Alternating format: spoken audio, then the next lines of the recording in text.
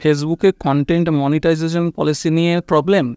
তোমাদের Facebook page বা Facebook প্রোফাইলে যদি কন্টেন্ট মনিটাইজেশন পলিসি এই ইস্যুটা সমস্যা করে, তাহলে এই ভিডিওটি তোমাদের জন্য। তোমাদেরকে আজকে দেখিয়ে দেবো 2 মিনিটের মধ্যে কিভাবে তোমরা এই কন্টেন্ট মনিটাইজেশন পলিসির সমস্যা থেকে সমাধান পেয়ে যাবে। ঠিক আছে, সামান্য কিছু ট্রিক্স অ্যাপ্লাই করলেই তোমরা এই সমস্যাটার সমাধান হয়ে যাবে। তো চলো আমরা যাই মোবাইলের স্ক্রিনে এবং দেখে নিই কীভাবে আমরা এই কন্টেন্ট মনিটাইজেশন পলিসিটা উঠিয়ে দিতে পারবো খুব সহজে। ঠিক আছে, তো চলো।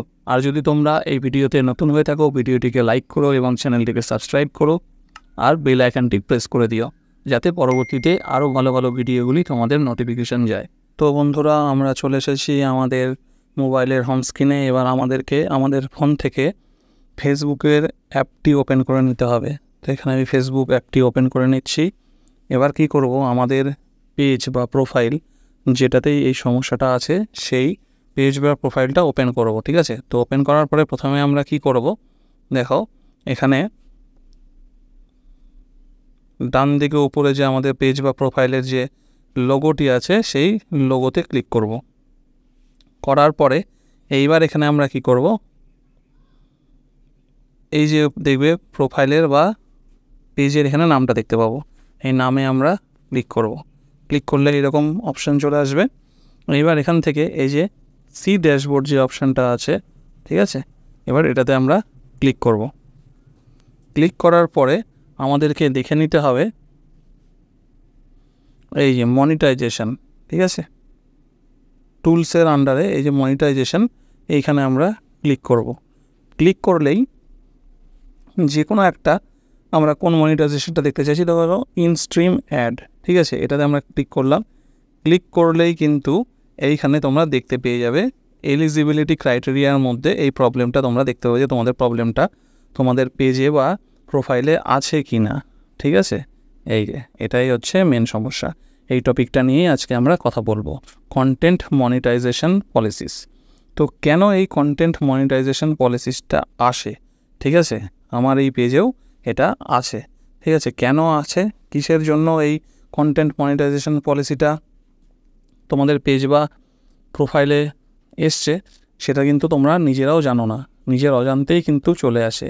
ফেসবুকের যে কিছু রুলস আসে সেই রুলস আমরা ব্রেক করে থাকি বা রুলস ফলো করি না, সেই জন্য কিন্তু এই কন্টেন্ট মনিটাইজেশন পলিসিটা চলে আসে।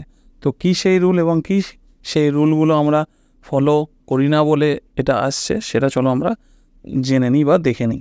ঠিক আছে, তো এখান থেকে কি আছে দেখো, এখান থেকে আমরা কীভাবে জানবো যে আমরা কী ব্রেক করেছি, কী রুল ব্রেক করেছি বা কী করিনি।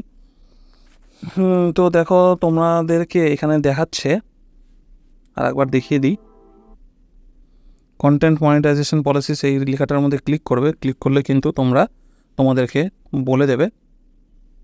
একটু লোড হতে টাইম লাগছে। এই যে চলে এসছে পেজটা। দেখো এখানে কিছু কিছু কন্টেন্ট, যেমন ধরো ফেসবুক বলছে কিছু কন্টেন্ট এমন, যেমন ধরো রিইউজ কন্টেন্ট, অন্যের কাছ থেকে কপি করে পেস্ট করে দিয়েছো, অথবা এমন কোনো কন্টেন্ট ধরো বিভিন্ন স্টিল ফটো, ওগুলোকে স্লাইড শো তৈরি করে ব্যাকগ্রাউন্ডে মিউজিক অ্যাড করে এরকম একটা স্লাইড শোর ভিডিও তৈরি করে পোস্ট করেছো, অথবা কোনো সেক্সুয়াল কন্টেন্ট, ঠিক আছে, বা ওই জাতীয় কোনো ভিডিও বা ফটো যদি শেয়ার করো, বা কোনো ধরো রিজনাল কোনো পোস্ট যদি করো কোনো ধর্মকে নিয়ে, ঠিক আছে, বিতর্কিত কোনো পোস্ট, তো এই জাতীয় যদি কোনো পোস্ট করো, ঠিক আছে, আমি যতগুলো বললাম সেগুলোর কোনো একটা বা একাধিক, তাহলে কিন্তু তোমাদের পেজ বা প্রোফাইলে এই কন্টেন্ট মনিটাইজেশন পলিসির সমস্যাটা থাকবেই। ঠিক আছে, তো তার জন্য কি করতে হবে, এই দেখো এখানে দেখাচ্ছে slide show off image, looping video, একই ভিডিও বারবার ঘুরে ঘুরে আসছে গানের সঙ্গে, ঠিক আছে, টেক্সট মনিটাইজ, তো এইরকম যা যা জিনিসগুলো আছে আমি যেগুলো বললাম, ঠিক আছে, এই যেমন স্ট্যাটিক ইমেজ পোল, হ্যাঁ, মানে ধরো তুমি কিছু একটা পোল চাইছো যে বলো আজকে এই দেশের খেলা হচ্ছে, কে জিতবে, বা এই দলের ভোটের মধ্যে ভোট হয়েছে, কে জিততে পারে, তো এই ধরনের কিছু বিতর্কিত টপিকগুলো থাকলেও কিন্তু কন্টেন্ট মনিটাইজেশন পলিসির আন্ডারে চলে আসবে। তো তোমরা তোমাদের পেজে বা প্রোফাইলে একটু ব্যাক করে হিস্ট্রিতে দেখে নাও তোমরা কী কী পোস্ট করেছো। এমন কোনো জিনিস যদি তোমরা এরকম পোস্ট করে থাকো তাহলে সেগুলোকে ইমিডিয়েট ডিলিট করে দাও। ডিলিট করে দেওয়ার পরে পেজটাকে রিফ্রেশ করো। রিফ্রেশ করার পরে দেখবে অটোমেটিক কন্টেন্ট এই যে মনিটাইজেশন কন্টেন্ট পলিসিটা আছে এটা কিন্তু সলভ হয়ে যাবে। তাও যদি না হয়, আরেকটা জিনিস বলছে ফেসবুক যে তোমরা কিন্তু তোমাদের প্রোফাইল থেকে বা পেজ থেকে লাইভ ভিডিও ছাড়ো, ঠিক আছে? লাইভ ভিডিও ছাড়ো বা তোমাদের ক্যামেরায় রেকর্ডিং করা ভিডিও পোস্ট করো, ঠিক আছে? সবচেয়ে বেশি ভালো হয় লাইভ ভিডিও ছাড়ো। যতটা পারো লাইভ ভিডিও ছাড়ো এবং পরপর কন্টিনিউ 10-15 দিন লাইভ ভিডিও ছাড়তে থাকো, ঠিক আছে? লাইভ ভিডিওটা চেষ্টা করবে যতটা বেশি সময়ের হওয়া যায়, বেশি সময় নিয়ে করা যায় ততই ভালো। তো যদি এরকম পরপর 10-15 দিন লাইভ ভিডিও ছাড়তে থাকো অটোমেটিকলি এই সমস্যাটার সমাধান হয়ে যাবে। এবং আগে যে পোস্টগুলো করেছো এইরকম পোস্ট যদি তোমাদের থেকে থাকে স্লাইড শো বা কোনো সেক্সুয়াল ফটো ভিডিও বা কোনো পোল, ঠিক আছে, এই জাতীয়, তো এই ধরনের ভিডিও শেয়ার করে থাকলে বা পোস্ট করে থাকলে তাহলে সেগুলোকে ইমিডিয়েট ডিলিট করে দাও। তোমাদের সমস্যার একদম সমাধান 100% হয়ে যাবে একদম। আমি নিজে এই সমস্যাটার সম্মুখীন হয়েছিলাম এবং আমার একটা প্রোফাইল থেকে, তো সেখান থেকে আমি এরকম একটি স্লাইড শোর ভিডিও ছেড়েছিলাম, তার জন্য এরকম হয়েছিল। স্লাইড শোর ভিডিওটা ডিলিট করার পর কিছু লাইভ ভিডিও পোস্ট করার পর কন্টিনিউ, তারপরে কিন্তু আমার এই সমস্যাটার সমাধান হয়ে যায়।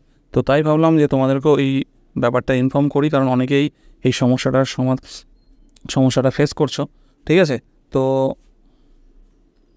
খুব মানে এটা আমি যেই কথাটা বললাম শুনতে হয়তো কিছু টাইম লাগলো, কিন্তু করতে কিন্তু তোমাদের বেশি টাইম লাগবে না, ঠিক আছে? তো এইটা করে তোমরা তোমাদের সমস্যার সমাধান একদম করে নিতে পারবে। তো এই ছিল আজকে ভিডিওয়। ভালো লাগলে অবশ্যই ভিডিওটিকে লাইক করবে এবং চ্যানেলটিকে সাবস্ক্রাইব করবে। চলো দেখা হচ্ছে পরের ভিডিও।